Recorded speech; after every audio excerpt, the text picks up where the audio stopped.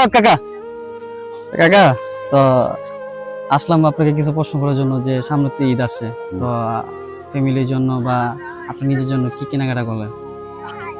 ঈদটা কেমন যাবে আর কি? এটা ভালো হইবে, কেনাকাটা তো কাপড় লতা ছাড়া কি কেনাকাটা করবো?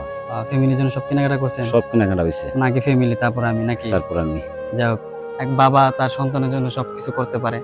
তো এখন হচ্ছে কালকে ঈদ, দেখেন যারা ঢাকা শহরে থাকে তারা কিন্তু মানে 3 দিন আগে থেকে কাজ বন্ধ করে দেয়, কিন্তু এই যে চাচা এখনো যে কালকে ঈদ কিন্তু চিন্তা ভাবনা করতেছে না। কিন্তু তার জমি আছে, তার জমিগুলা সবকিছু করতে হবে, এটা কথা।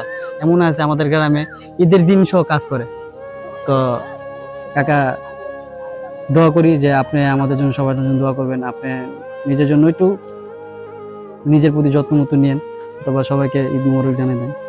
ঈদ মুবারক। আর কিছু বলার আছে বা সবার জন্য? সবার জন্য দোয়া করি, আর কি বলার।